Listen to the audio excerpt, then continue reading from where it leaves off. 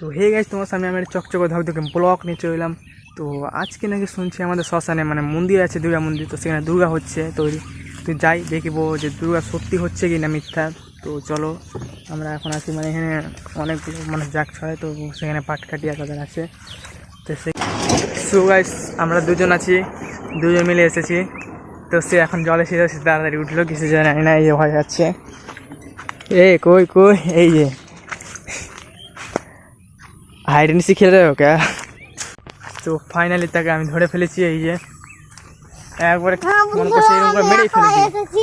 তো যাবো এখন, তো চলো সেখানে গিয়ে দেখা হচ্ছে। আমরা দুজন মিলে আছি। আমাদের আজকে মোটা দাসিনী তা ফোন লাগালাম, সে ফোনটাও ধরলো না। তো দেখা যাক সে কোথায় আছে, পেলাম তো দেখা হলো, আর না পেলাম তো না। চলো সেখানে গিয়ে দেখা হচ্ছে।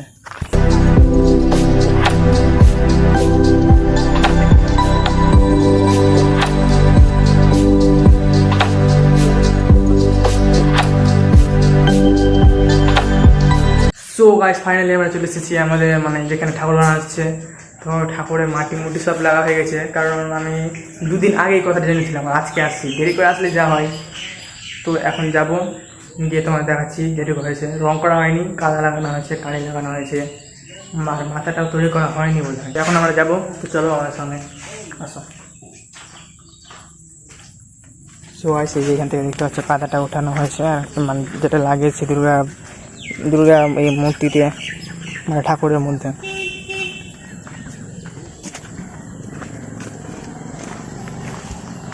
সো গাইস, দেখতে পাচ্ছ এই যে এটা বোধহয় গণেশ আছে, আর এটা কি আছে জানি না।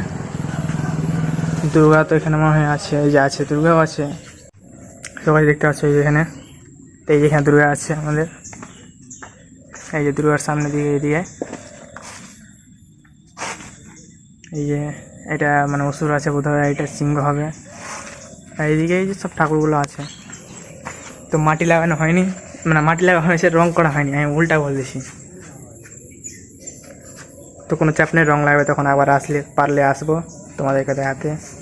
শুধু মাথায় দিয়ে এটাতে গণেশটারি বানা হয়েছে, তাই গণেশ কি স্পষ্টভাবে বোঝা যাচ্ছে এটা গণেশ আছে।